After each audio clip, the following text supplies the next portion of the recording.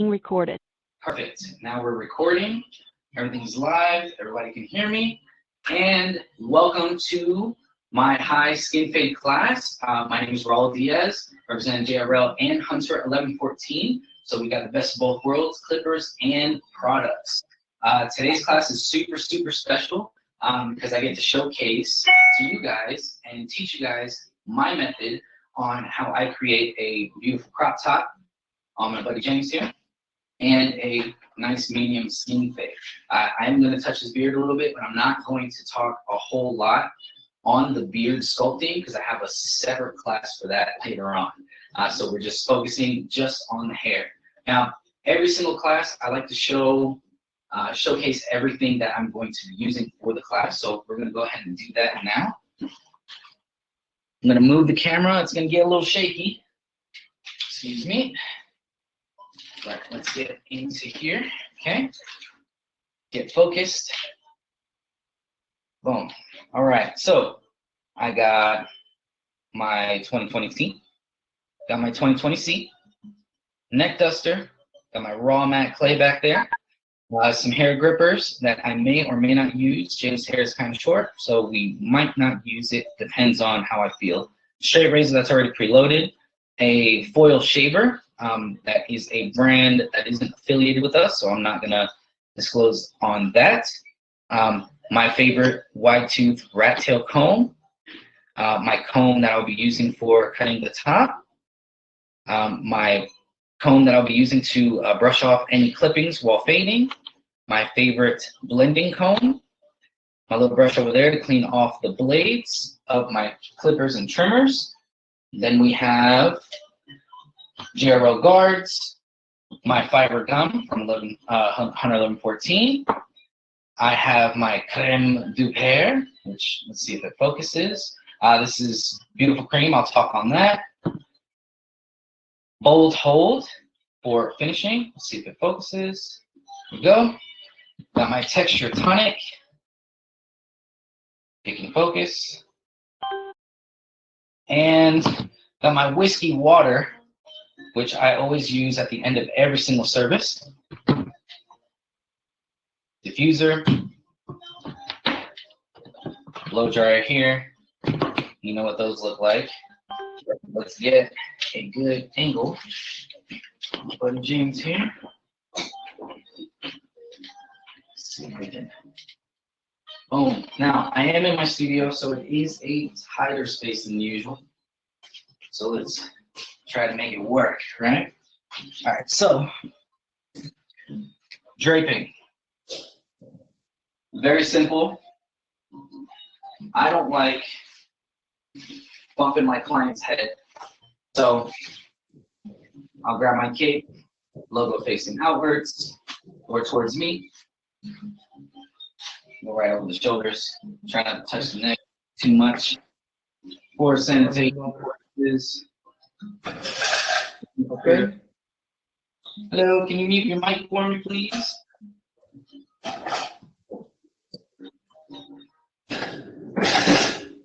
There we go. Perfect.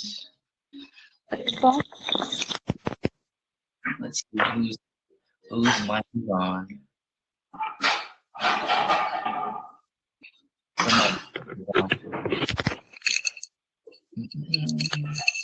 Miranda, could you take off your mic, please? Can you turn it off for me?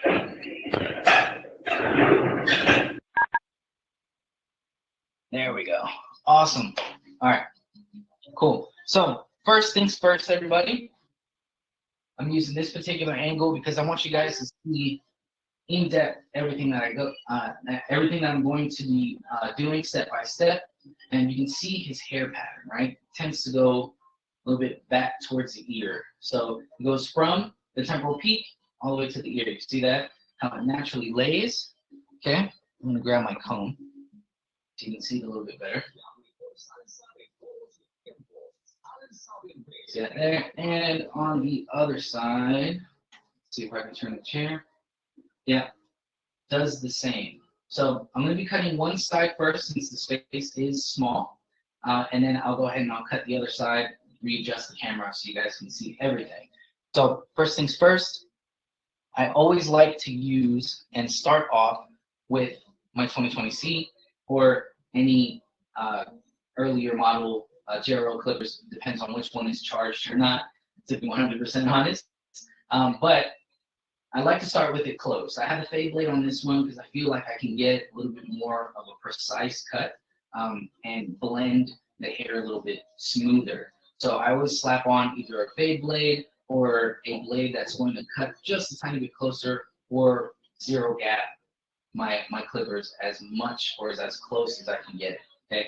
And this is the reason why you'll see right here. So clipper close, open, close. And I'm going to create my first guide. We're going mid, so I'm going from the temporal peak, and I'm going to follow the occipital bone line here. So I'm just going to go straight line.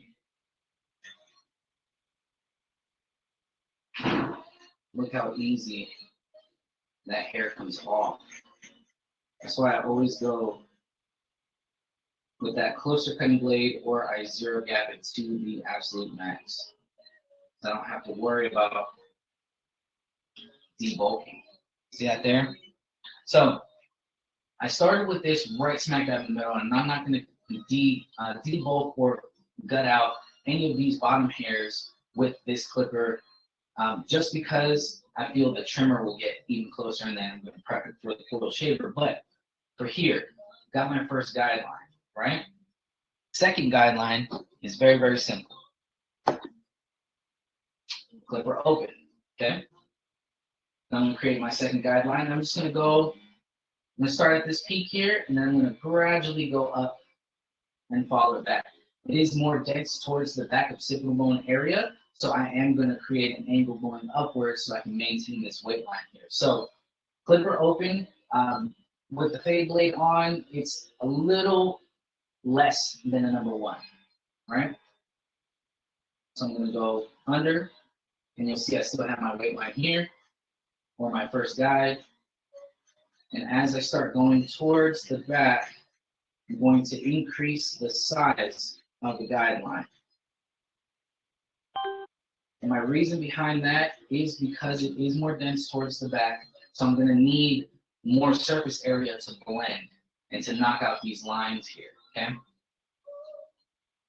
If you guys have any questions, just be courteous to others. Feel free to unmute your mic, ask your question, and then mute it right after it's answered, okay? Second guide complete. You can see my first guide right down here, second guide right up here. And we're just creating our foundations. Now I'm gonna grab my number one guard. See it there, see if it focuses, perfect. Grab my number one guard, slap it on the clipper, okay? And I'm going to make sure it stays open. I'm gonna create a third guideline. Mind you, I do have to maintain this weight up top. So my C strokes are very important at this point. And I'm not trying to blend out any of my guidelines yet, because I just want to create my foundation and I want to know where I'm at on the head. This makes it way easier to spot where you're going and how your fade is going to look.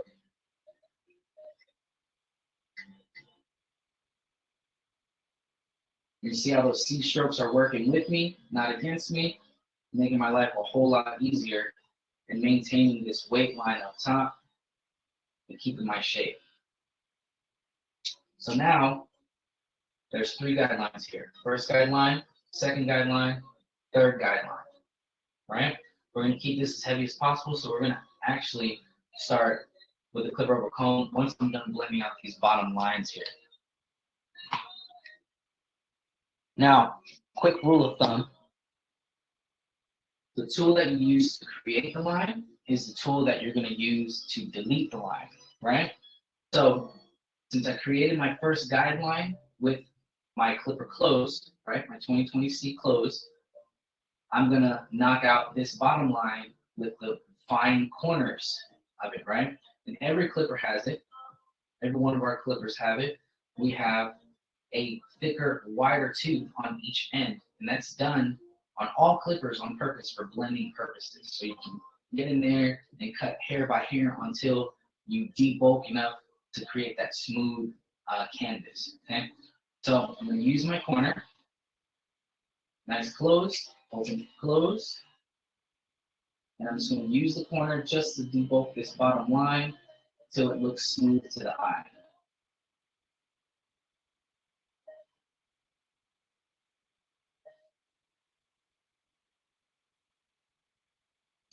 It might be faint, but it's there.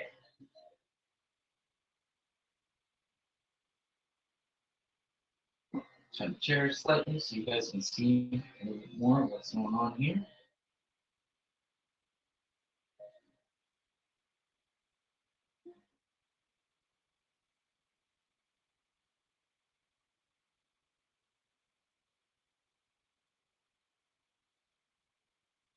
Now, what I love about the Raul 2020C is not only how smooth it runs, but the smart clip technology that's in our clippers actually senses the coarseness of the hair or any type of rough patches or product in the hair and automatically communicates with the motor, ramps up the RPMs just to get through that specific patch. So our 2020C has 2 speeds. I never really go up to the highest speed because I feel that the lowest speed is suffice, and I like to save my battery, right? Max battery is going to be about 4 hours on the low speed and about 3.5 hours or so on the high speed. It's ramping up those RPMs to about 72 to 75,000 RPMs, or 100 RPMs, my bad. Another really cool feature is in between these blades, right? Each blade has a juice well. So you can actually jam pack as much oil as you want in there, and they'll stay in there, maintaining the blades nice and cool. And there's less surface area for the blade to make contact with the moving blade, thus keeping the blade cooler and more comfortable for your client. It's so quiet. Yes. Very quiet. And look, this is the high speed right here. So you can barely hear that they're on. All right, now I'm going to open my clipper all the way open, and I'm going to use my same debulking method by using the corner of my blade, my wider, fatter tooth of the blade, specifically designed for blending. All clippers have it. You notice I have my wrist in a locked position, right? What that means is lock my wrist, and I'm slightly moving my elbow just so I can get this motion here. If I flick too heavy, I might end up going into that weight line. I want that. I want to go hair by hair.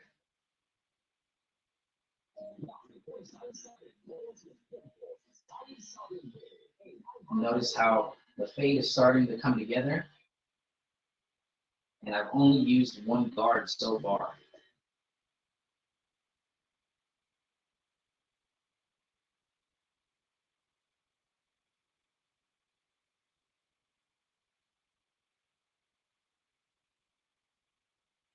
Now, James, how do the clippers feel on your head? Very light. It's not loud in my ear. Light, smooth? Mm-hmm. You don't feel that dragging on your scalp at all. You don't need a whole lot of pressure when you have a high quality tool and a light hand. You don't need a whole lot of pressure in order to create a smooth fade. If you notice, I'm not squeezing my client's head and stretching the skin, right? You don't really need to do that. I like to cut the hair at its natural resting point. And the reason why I do that is so whenever everybody else looks at the haircut, they see what I see. They see a smooth blend or smooth transition throughout. If I pull the skin upwards, right, and then I let go, boom, you'll see a demarcation every single time. Then you're going to end up fighting with it, saying, oh, I'm just not good enough to remove this line. Wrong. You are good enough. Just don't place your hand that weighs 50 pounds on top of your client's head and try to stretch that skin when creating a blend. It's good to stretch the skin when shaving or getting on the edge up, but don't do it while fading, right? That's just my particular technique. Some people do it a different way. I feel this works for me. It might work for you as well. Now continuing to use the corner. This part, I love to take my time on the actual blending portion of the fade, just because, man, the more you work at it, within that time frame that you have with that client, the smoother and nicer the blend will actually come out. So take your time, make sure you spot where the hairs look a little more dense, where it needs a little more love.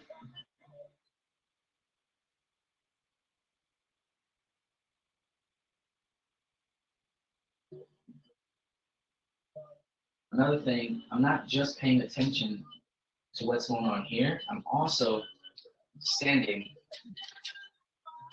right here from the client and blending, looking at his head. So I'm looking at his silhouette at the same time I'm blending.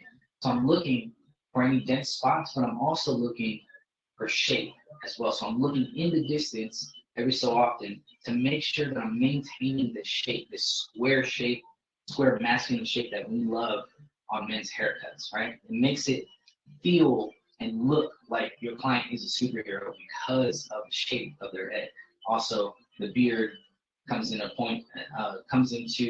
play as well. But right here, these side walls, you have to have them straight up and then gradually create your weight line up top. Keep going here. I think this last guideline is smooth enough. We might be ready to move. Let's move to the next step. Now, I'm gonna grab my fading comb here. That says JRL on it. Nice carbon comb thing. It's pretty hefty. You can actually put heat on it. You can flat iron on it. It's not gonna melt, right? Carbon doesn't melt like regular plastic. This stuff right here is heat resistant to the max. So what I'm gonna do is I'm gonna take my comb, I'm gonna pretend I'm holding a quarter, and use my index finger and my thumb. I'm just gonna rock back and forth. Okay, that's how I'm gonna create my shape. I'm just separating the hair a little bit. Enter, pull away. So I'm pulling the teeth back towards me. Watch it again. Pull it towards me. And whatever hair is on this bottom area, that's what I'm going to remove. But I'm going to make sure that my clipper is open. Why do I always use it open? It's like texturizing. Okay? Whenever you go and you cut, you want to blend it. You want to create a harsh line. Right? So I'm slightly blending, but I want to maintain my weight line. So pulling up, back towards me. I'm at a slight angle so I won't create any demarcations. And I'm going to lightly graze. Okay? Keep going.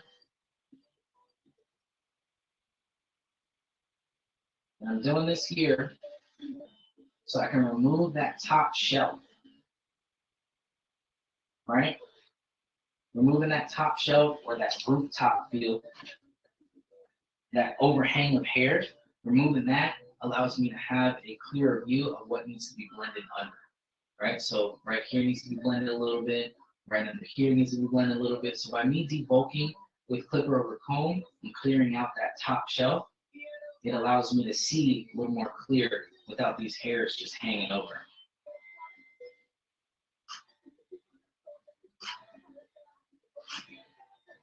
Now, there's plenty of other ways to use clipper over comb. You can go underhand. And you can do my method, which is overhand. I feel I have a little more control overhand.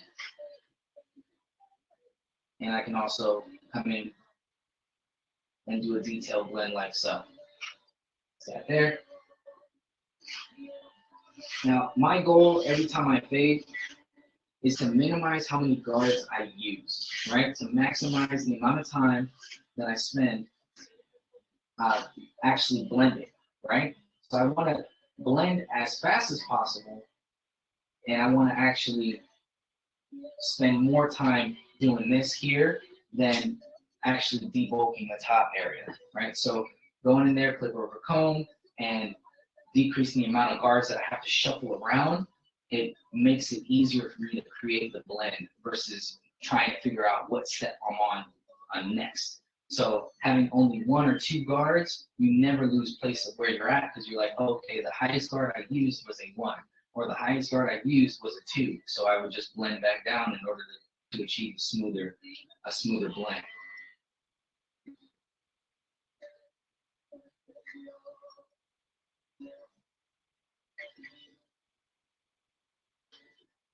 There we go. And now I'm going to go back to my number 1 because that's the highest guard I've used so far. Oh, there it is.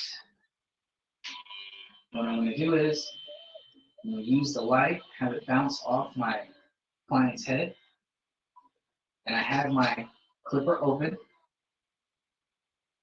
and I'm just letting the teeth feed into the hair.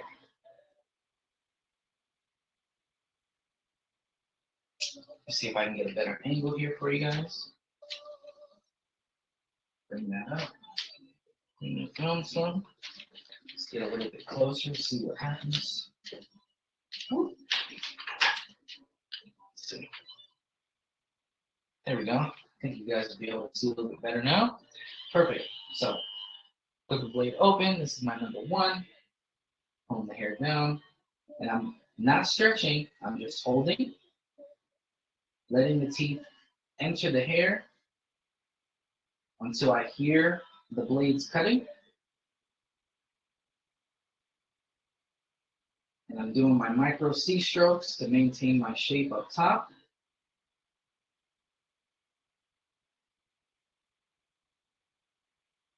Using a little bit of corner action to get this weight line off this front area.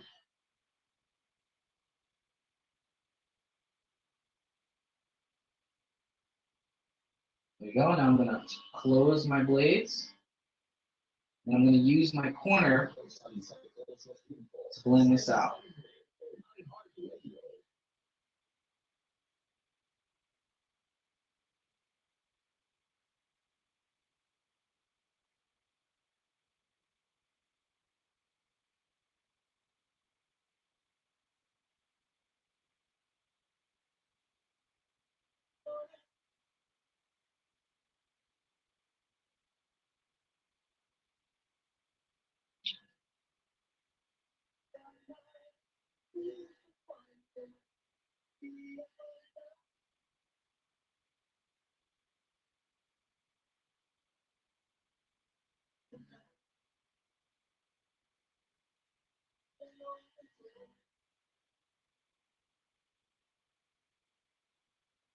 There we go. Starting to see a smoother transition here.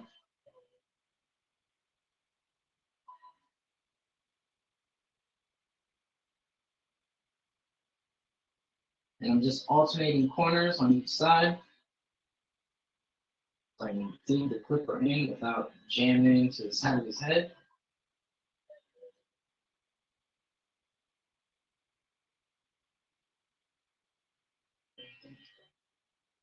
There we go. Perfect. Now, I'll go ahead and grab my 2020 T. Where's that? There it is. Whoop. There we go. Doing everything blind here. Now, this one might be a little bit louder because I modified it a little bit, meaning I shaved down, where's that? I shaved down some of the blade back here and over here just because I like my trimmers to cut a certain way.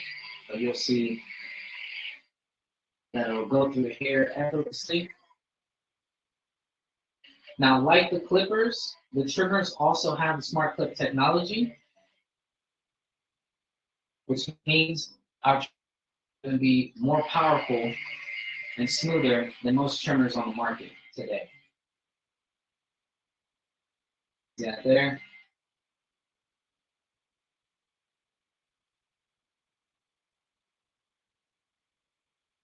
All the way down to the seam. Use my duster. Maintain my weight line up top. I might dig into that a little bit more later, but I got my smooth transition from the very, very bottom all the way to that crown area. I'm going to use my coil shaver just to get in a little bit tighter. And for this, the reason why I left that bulky hair on the very, very bottom right here, the reason why I left that bulk and I cut with the trimmer last than first, because now I don't have a line to blend out.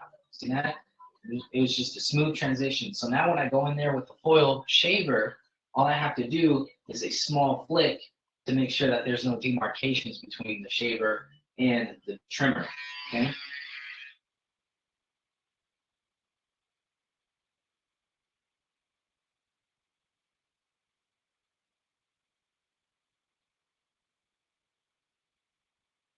Use one foil just to hit this little corner here.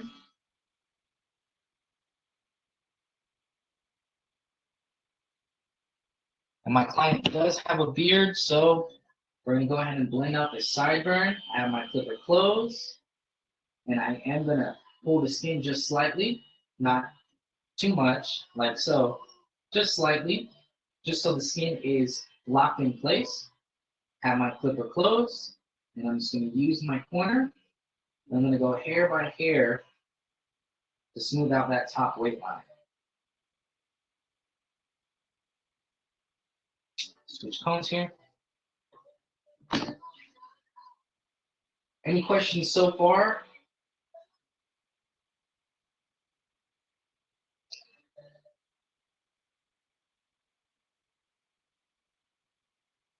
I did open it up one notch. Close it back.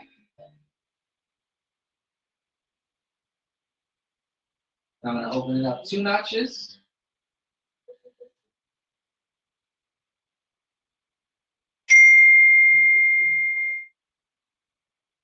Perfect.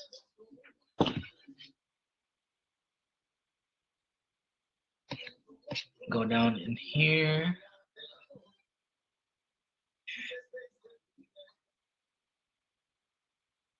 I wish Global Meet had a translate button so I can translate the chat stuff. There we go. Okay, perfect. How's it look so far, everybody? Give me a thumbs up in the chat.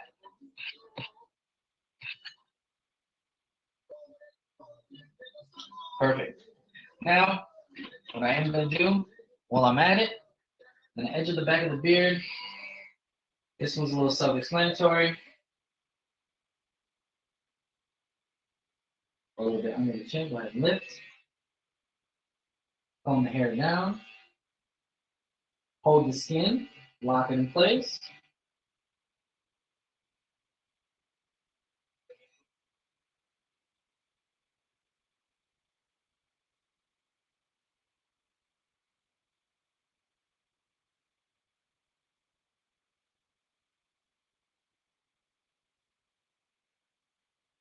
Nice and clean. I'm going to turn slightly, move this camera a little bit. Perfect. Flip my trimmer upside down, hold the skin, lock it in place.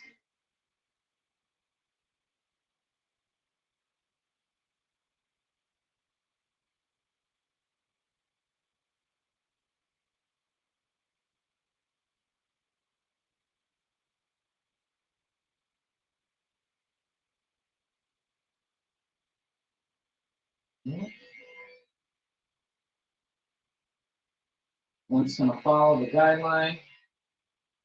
There's a natural edge right here. I don't like to push too far back. I like to keep it as natural as possible.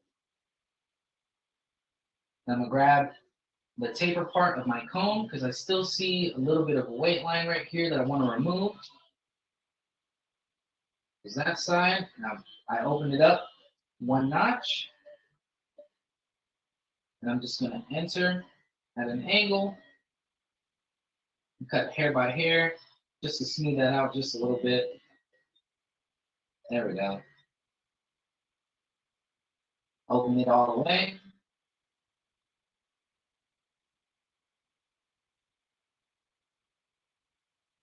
Clean up whatever imperfections I might see.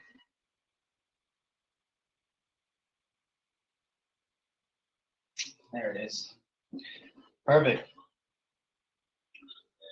So the fade on this side is done for me. I want to keep this up here nice and heavy.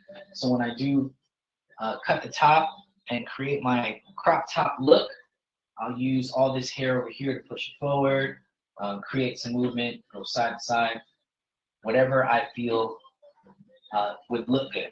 Okay, now I'm just going to repeat all the steps on the other side. You turn the chair. There we go. See a little bit of the light in the back. Perfect. Now I'm just going to get a little bit closer so you guys can see a little bit more in depth what I did on the first side. You'll be able to see everything that I do here. And this one a little bit, so I can spot. I have them turned so I'm able to see where I ended last, which is right here. Okay, and I'm just going to drag and follow that line all the way up and over to the other temporal peak. Okay, so clipper all the way closed.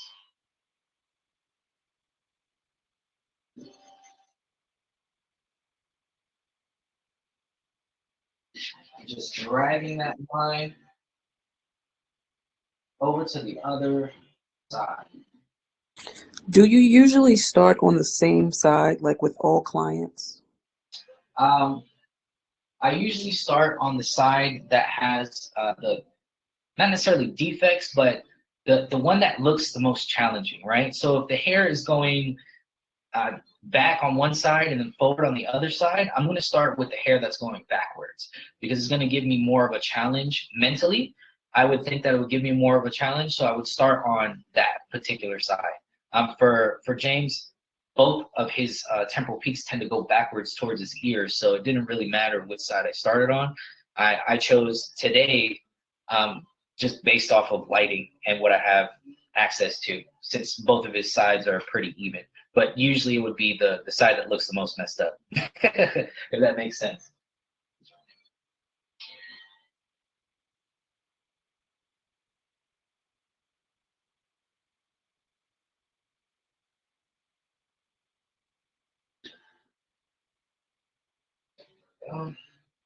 That looks pretty even. All right. Let's go ahead and turn the chair just a tad. There we go. Sweet. Bring you over here. Oh, all right. Now, clipper blade open. And just like me.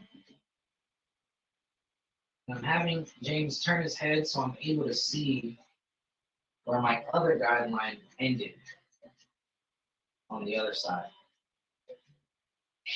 And in a real life situation, I would actually cut in revolutions. I wouldn't cut one side versus the other side, simply because it's a little faster to do in revolutions. But I'm doing it for the sake of the class and space, so you guys can see the completed project first, and then you'll see another side of me connecting it all together. Clipper still open, still kind of smoothing out that line there. Now we're going to go to my number 1 guard. Slap that thing on. Okay.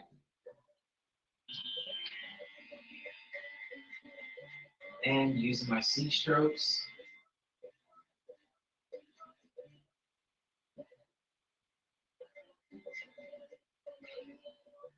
Drag that line all the way to the other side. Being sure to maintain that weight line at the crown area.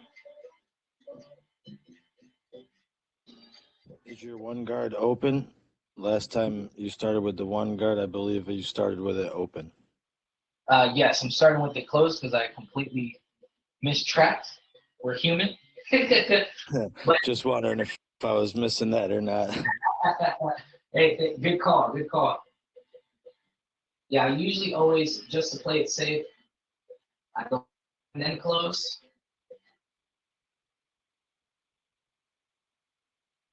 Just a safer option. You can start, close, and then open it up slightly. Now I got the clipper all the way open.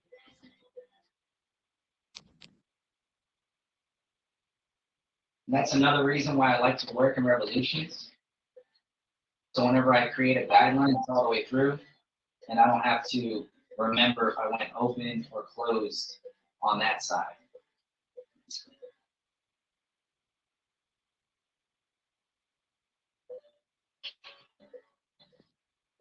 There we go.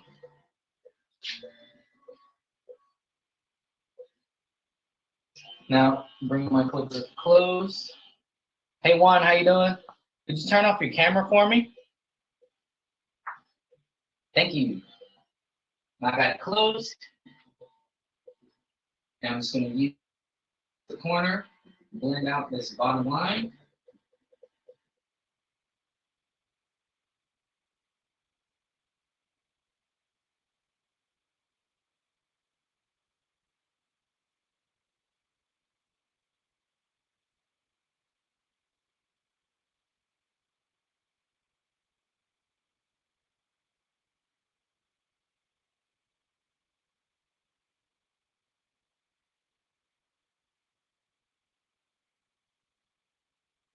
There we go. Dust off the clipper. Tons of hair everywhere.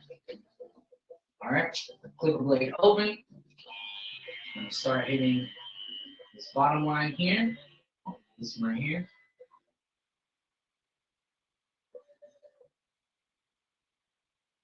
Hair by hair until it looks smooth.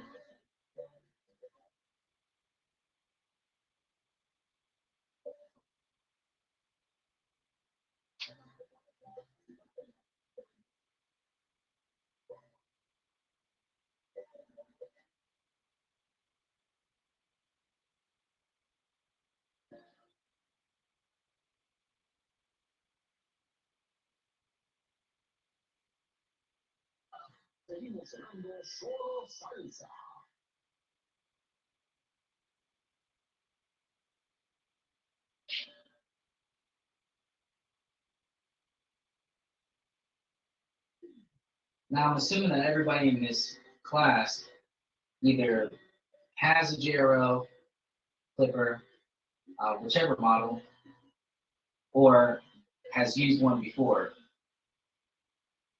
Which one do y'all prefer? Do y'all like the 2020C? Y'all prefer the 1000?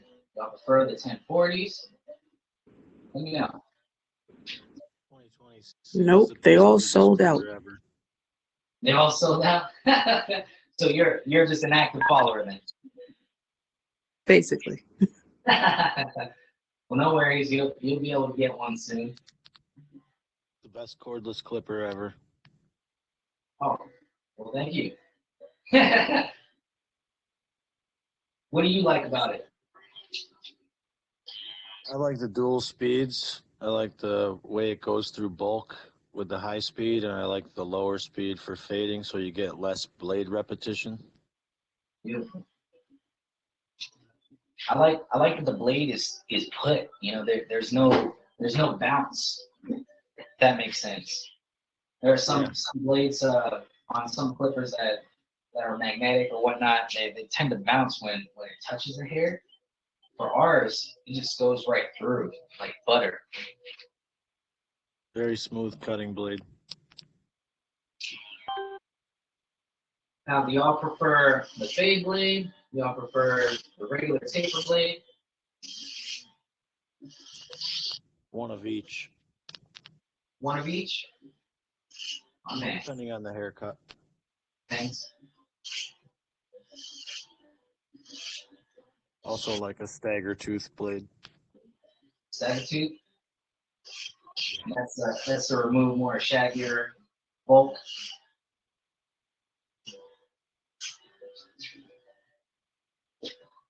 almost like a texturizing blade. Nice.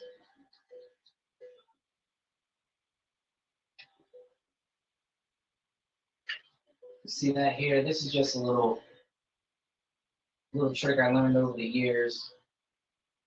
Just using the very, very bottom just to kind of knock out that small weight line. I'm also lightly stretching the skin. So I can lift that hair up so I can maintain this weight line up top. All right?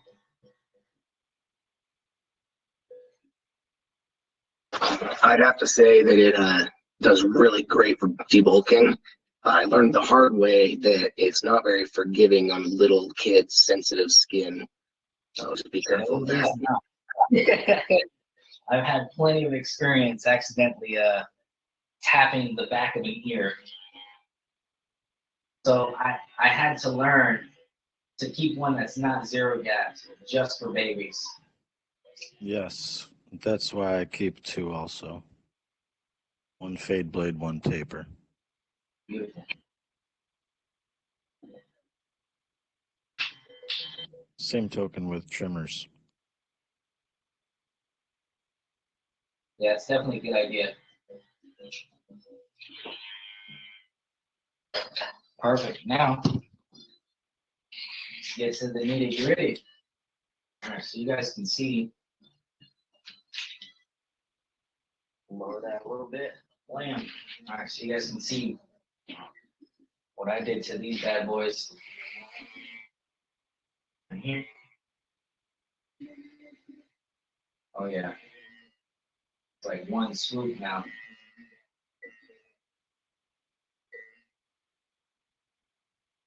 Now later on, I will, instruct you guys on how to modify them.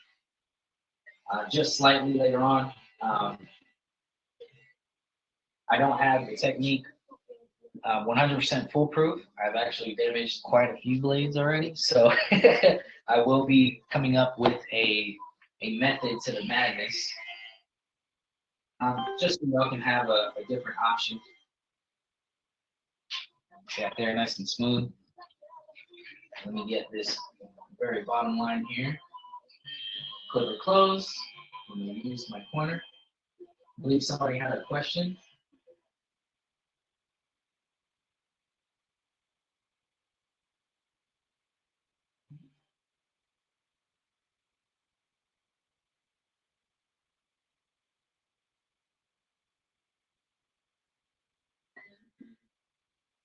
Can you show the other side real quick? Pull this back. Turn it up a bit. Sweet. See that there? Fire.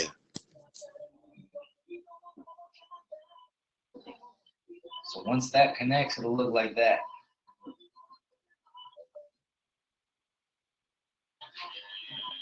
Once we start getting into cutting the top, you'll start to see the whole haircut come together.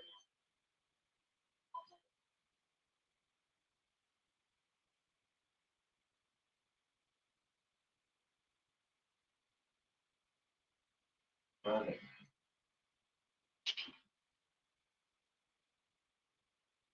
Do you let the clipper die completely before you plug it back in to charge it, or no? I do. I'm a firm believer in memory on batteries, especially lithium ion. They over time, they tend to deteriorate. So just to be safe, I always let it die all the way. Right now, I got 2 hours on this one. But once this one dies, I'll just grab another one and have this one starting. I always felt the same way with the concept of batteries, but I was also conflicted with the fact that you can use the tools corded as well. So if the concept is that the battery will, not last as long if it doesn't die, then I don't understand the concept of it being able to use corded as well. It's more for the busy barber, if that makes sense. Some barbers don't have a whole lot of clippers, Maybe they've used all of them. All of them are dead. So given the option of having it plugged in and still being able to use it, it's convenient to that barber. You know, the guy that forgets to charge everything, or the girl that forgets to charge everything. Which Yeah, I was definitely doing get it that. I just wonder if that affects the battery at all. while it's charging, no. But for me, I've always had the good habit of trying to like prolong my technology or my tool with technology. So I was always nervous about it, so I never really kept it plugged in. Yeah, become a creature of habit with that stuff too. Exactly. Now, do you leave your clipper plugged in overnight? I depends. I don't monitor as much as I should, but usually if it gets down into the 30 minute range, I'll plug it in. And you leave it there while the shop's closed, and then you come back in the morning with full battery life, or do you just charge it throughout the day? It's usually full battery life. I use other clippers as well, but I like to start the day with a full battery on everything. Perfect. Yeah. See, I always get nervous of electrical fires and whatnot, so I don't even like if that clipper is dead, I won't charge it until the next day if my day is already done. And that's just me personally. Yeah, it makes sense. Just blending this beard, the sideburn here, make sure everything's consistent.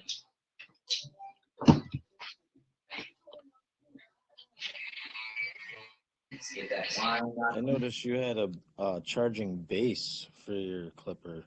That Yes. didn't come with mine. Actually had to purchase it. So it's on the website. You'll see just the charging base available, and it's good for both clipper and trimmer. Nice. So let me unplug this thing so I can show you guys a little bit better without wrestling with the camera. All right, so you'll notice base here. So the back side's going to be long, front side's going to be short. Boom, trimmer goes on. Perfect. And clipper, same way. And this one's a little heavier, so I'll kind of babysit that one. Very nice. And it just frees up space on your station as well. Yeah. Perfect. Now, get this underlined here.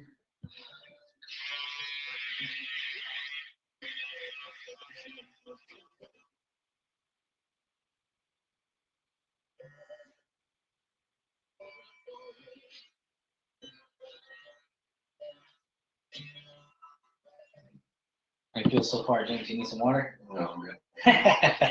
Cool. All right. Those I are do nice looking see. foils. Huh? Say it again. I'm sorry. Those are some nice looking foils. Yeah, they're nice. Later, I'll tell you guys later what the name of it is. Later on, we got some projects coming. I'm not really gonna talk too much about it, but these are pretty nice. Sweet. Let's keep it short. All right, so just pretty much just connecting the dots now. Make sure my right side and my left side look somewhat symmetrical. Still maintaining my blend. See there.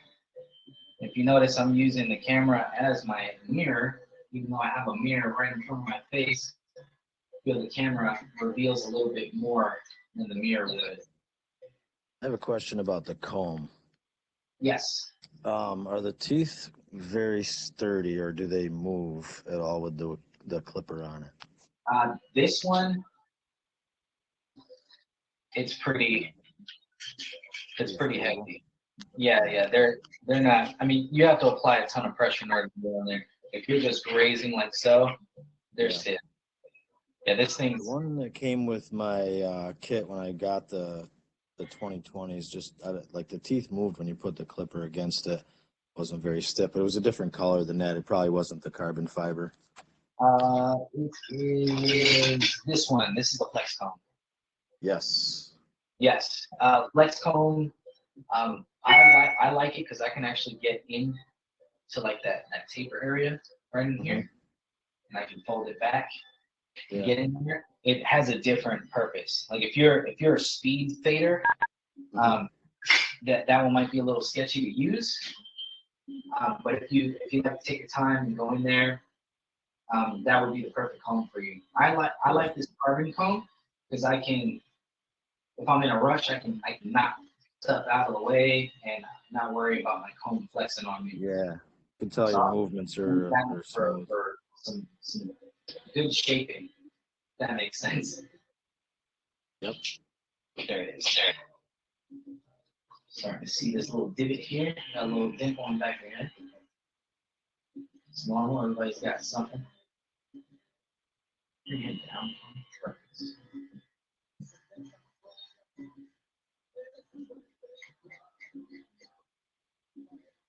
There it is. Love that sound. Not sure if you guys can hear the blades actually cutting the hair, but it's got like a swoosh, right? There's no real crunch. It's more of a swoosh action. There it is. That's much better.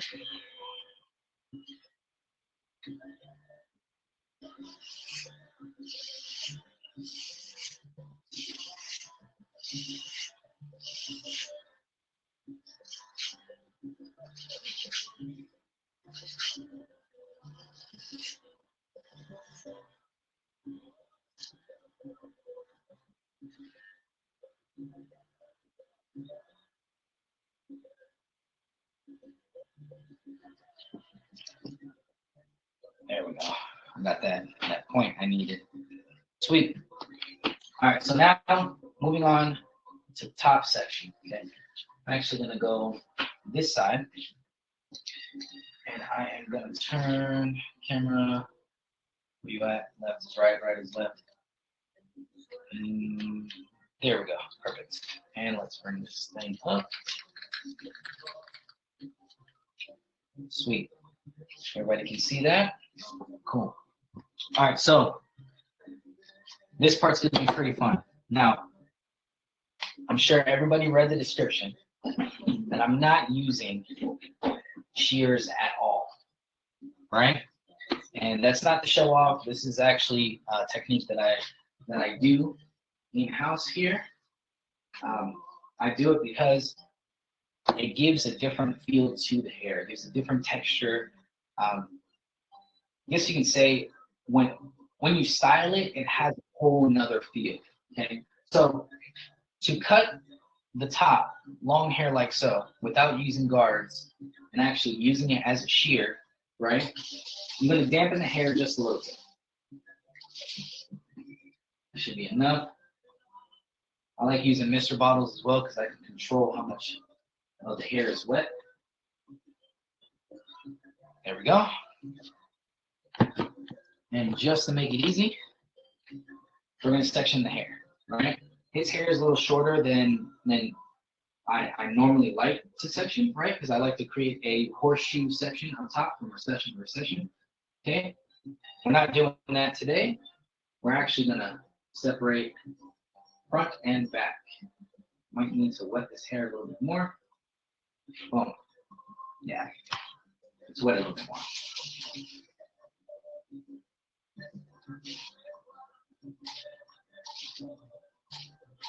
There we go. Perfect. All right, so separating front and back of the head. This hair is shorter than my other haircuts I like to do. Right? So you see that? Here's the front, here's the back. Simple. Now, the reason why I did that is because I want to blend this crown area in a little bit, right? So me doing clipper over comb to try to maintain this weight, right? I did snip into this. So I'll have a little bit of a guide back here. So what I'm gonna do, clipper in right hand, because I'm right-handed. I'm gonna turn it on and I'm gonna open that bad boy all the way open. Right? See, open, close, open. I'm gonna open all the way. Because I don't want to cut too much. I'm gonna go into the underhand position, and I'm gonna grab my comb with my middle finger. You can also do middle finger or pinky, right? If you're feeling frisky, I like the middle finger. It just feels a little more secure. Notice my comb has a hook on it. I'm gonna go hook in hand. I'm gonna create my section. Boom, right down the middle. Comb to either side. And just like shears, how's it going, boss? Thank you. Here I am now. Boom. So I'm gonna go in, just like shears. I'm gonna pull out my section here, and I'm not gonna go straight in. I'm actually gonna graze and go towards me. And that's gonna create a softer cut. I'm not doing blunt chops. I'm just creating nice soft chops. Just grazing slightly. It's going to cut, it's gonna be straight, but there's gonna be little small demarcations in between each, like a texturizing shear, right?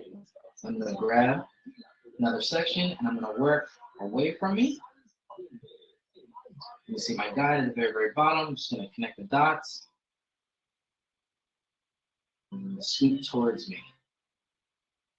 Now his hair is pretty short back here, so dividing and creating sections aren't too necessary at this particular area.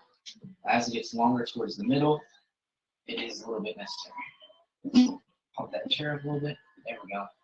All right, and I already cut from the middle over to the side. And I'm gonna go middle back to this side towards me. And I'm just grazing with my teeth. Is that there?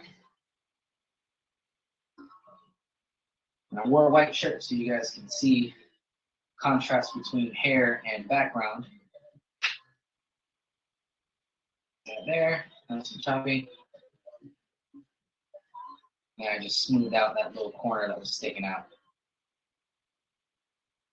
I'm not cutting a whole lot, because I'm going to cut more from the top than I am from this back area. I don't want it to be shorter than this. I still want this crown area to be as full as possible, just when I go to style it. All right, so now I got my bottom panel already set up. I'm going to start working on the top panel, okay? So from this cowlick right here, I work down. Now from this cowlick up, I'm actually going to redirect about a 45 off the scalp this way, okay? Boom. Drop the comb. Now I'm just going to graze slightly. Keep in mind not to cut a whole lot, because I still need a lot of hair for my texturizing technique that I'm going to be using. Okay.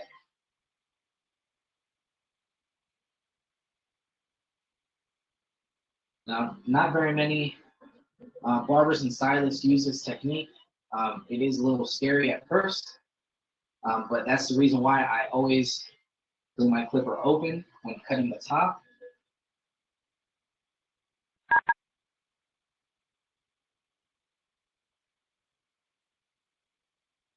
There we go, got some good movement here. And you see how it doesn't look like onion layers. It still looks real smooth as if I cut it with shears, because I had this clipper completely open, right? It still looks smooth, it still has movement. When I blow dry it, after I create my texture, it's gonna look real nice and choppy. I'm gonna drop this chair just a little bit more. Could you slouch a little bit if that's all? Thank you. Perfect. Now, I'm gonna start working on the front section of the head, right?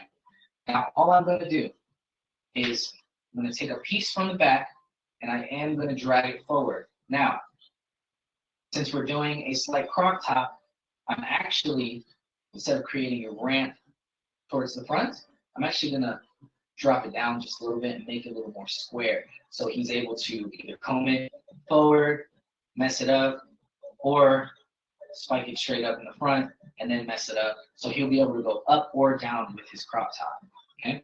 So let's create a section going forward. Let me wet this hair a little bit more so it's more pliable.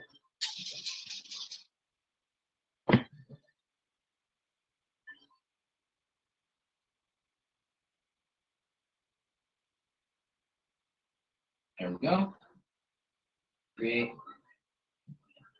another section. Perfect. Now I got my little mohawk section here. I'm gonna grab a piece from the back, piece from the front, and unlike this back crown area, I'm not gonna go to 45. I'm actually just gonna go completely straight up. I'm gonna turn it to the first setting, the low setting, and you see that here. I'm just gonna go and graze that corner off. And the beauty of cutting with the clipper as if they were shears is you don't have to worry about that second knuckle roll, right? You see how the second knuckle's right here? I can only cut about an inch, inch and a half with shears before I slice my finger and bleed all over the place, right? With clippers, I have a clipper open, right? You don't gotta worry about that zero gap. You don't gotta worry about those blades going back and forth and chopping your knuckle. You can actually go all the way up to the main knuckle over here and not worry about getting cut. Therefore, more surface area, faster cutting, and you can get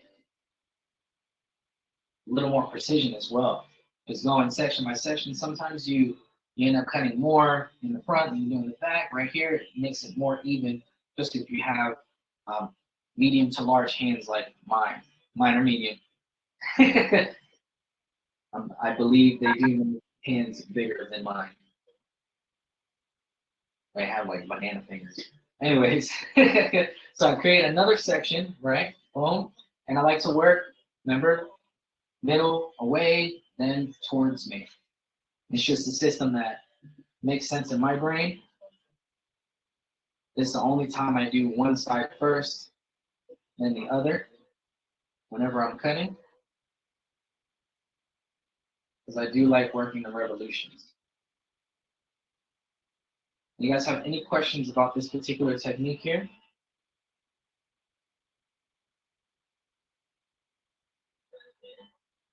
Feel free to throw them out there.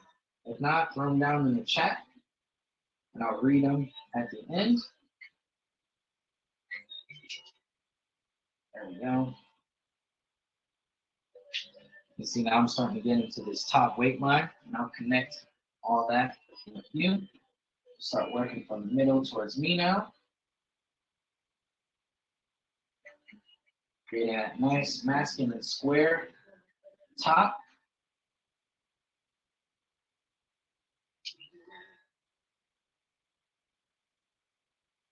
Turn it over here. Turn that way for me. Perfect. And I'm using the back part of the head that I originally sectioned off as my guide. Looks like a good length for me. You see that there? The hair looks freshly cut, but it doesn't look chopped up. Just nice cut. It's as if I point cutted the whole thing, right? Now, what I'm going to do is I'm going to comb all the hair over to the right side. And I'm going to pull the hair and go completely off the scalp like so. Going straight up. And this little corner, I'm just going to remove it. Easy. This isn't going to take away from my square shape that I created up top. It's just going to connect the dots from the sides to the top. Easy. And I already did it towards the back, so I only have to stop about back here. Hello? There's a blank screen now. What's going on? Well, I'll keep going. Can everybody see me? Yeah.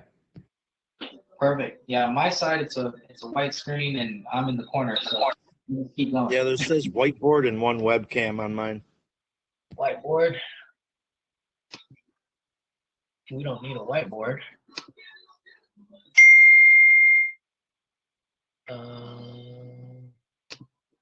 The top of my screen went white. There we go. Huh. That's interesting. I'm so far away from the computer and it tapped whiteboard. We got a ghost, guys. We got a ghost in here. Ghost. All right, so combing the hair all the way towards me now. Now I'm just going to remove this small corner. I don't know if you guys can see that. Oh yeah, right here.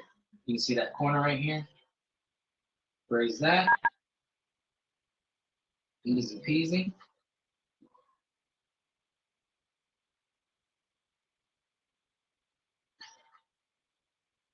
Now, do you guys agree that this pretty much dumbs down shear work? Just makes it much easier to understand cutting the top and connecting it to a fade of this caliber. All right. Now, I'm going to go ahead and I'm going to go through and I'm going to create my texture. Right. So I'm going to grab my 2020 T and I'm not going to divide front and back. I'm just going to start from the front and create my texture and go all the way through. Boom. Grab my front fringe. And all I'm going to do is I'm going to have the blade facing me, and I'm just going to go right through. See if I can adjust this so y'all can see better. This is really interesting there. Perfect. All right. So, boom, lift the hair like so. Let it just slightly fold over. And then I'm going to grab the blade, and I'm just going to drag it towards me. You see how I'm going at a slight angle? So I don't want it to be perfect up and down. I want it to actually cut something. So going at a slight angle to create a little bit of translucent patterns in between the hair, and that's what creates that texture. There we go. Don't worry about the hair folding over too much. Just kind of go based off of what you see.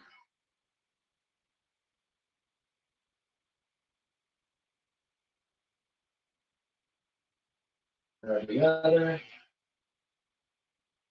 Just scooping out a little bit of that weight. So we have a little bit more separation when we go to style it.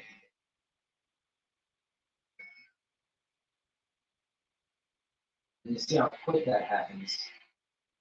So much of that hair just got taken off, and it doesn't even look like I removed anything.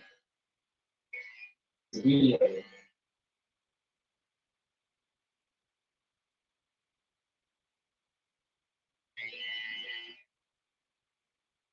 Now, when using this technique, you just got to be a little bit mindful of where the blades are at, so you don't accidentally buzz a patch off your client's head.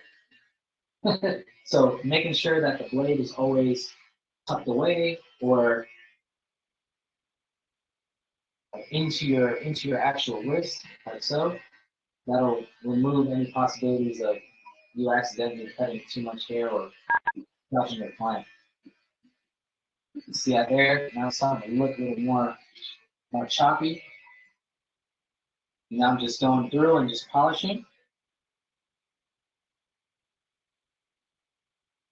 We're actually about to start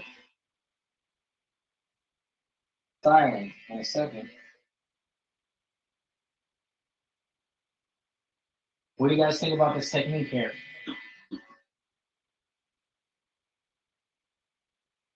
Definitely a little bit different. It's a little lengthy. Yes. It's lengthy for the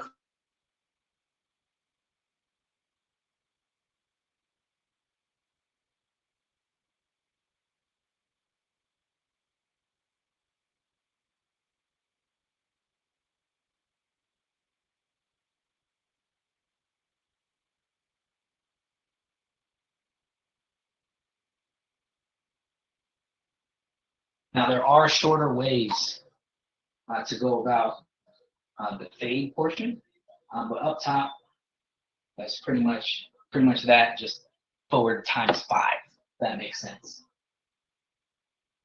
Perfect. Now we're gonna get to the styling portion. All right, I'm gonna use my texture tonic. I use this for any hairstyle. It doesn't matter if it's a textured hairstyle or if it is a slick back type hairstyle. I use it in my hair to press it. See, high hair, right? It's a beautiful base. Now, the reason why you want to use Texture Tonic or any type of sea salt spray is because it inflates on the actual heatable layer of the hair. So when you spray it and blow dry it, the heat will actually activate it and make the hair feel grittier, feel thicker. It gives that as if you use the styling powder on the hair, but you blow dried it and then you can actually maneuver it real better. So I'm real generous with this stuff, right? And it's not gonna flake up. Real generous because I want it to do the majority of the volume and the lift for me. Okay, that's what I want. I'm gonna slap on my diffuser. Pull this thing on.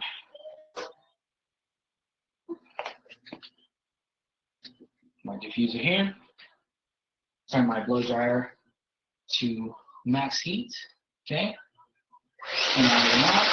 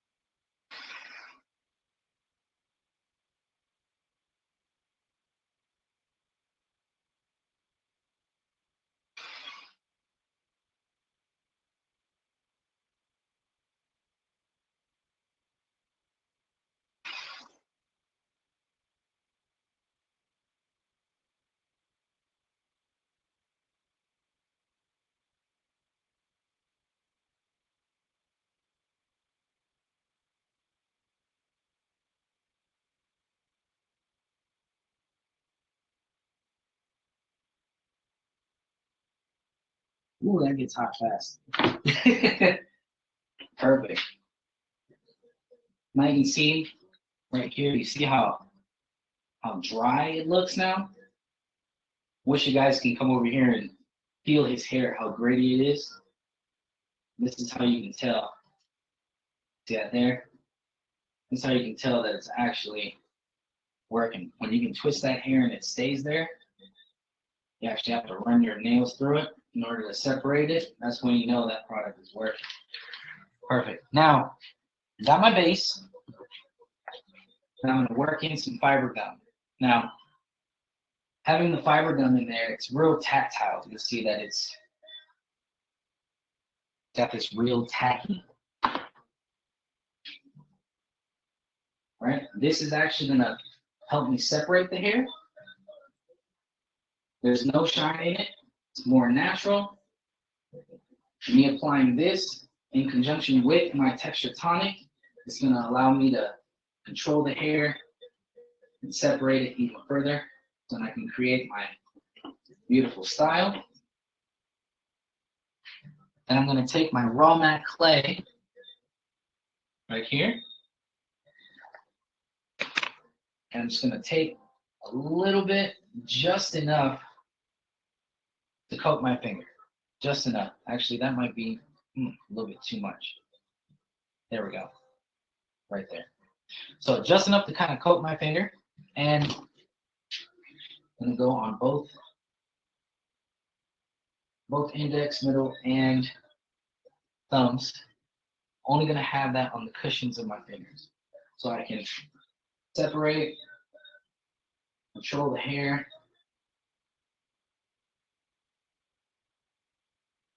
create positive and negative dips so you can see that separation. And I'm not twisting too hard. I just want to make it a little uneven, break up all the uniformity, give it a bit of a rebel feel. That's a plug in there, by the way. It's one of the looks that we create for 11114. It's called the Rebel. It's that exact cocktail there. See that? See how fast that happens?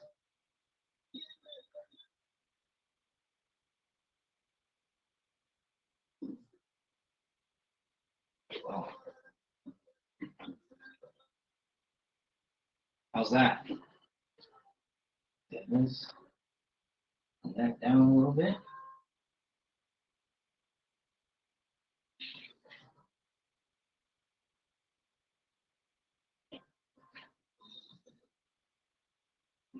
So there, this way. How's that? How's that look, guys? Turn this side. Rebelish. Oh yeah.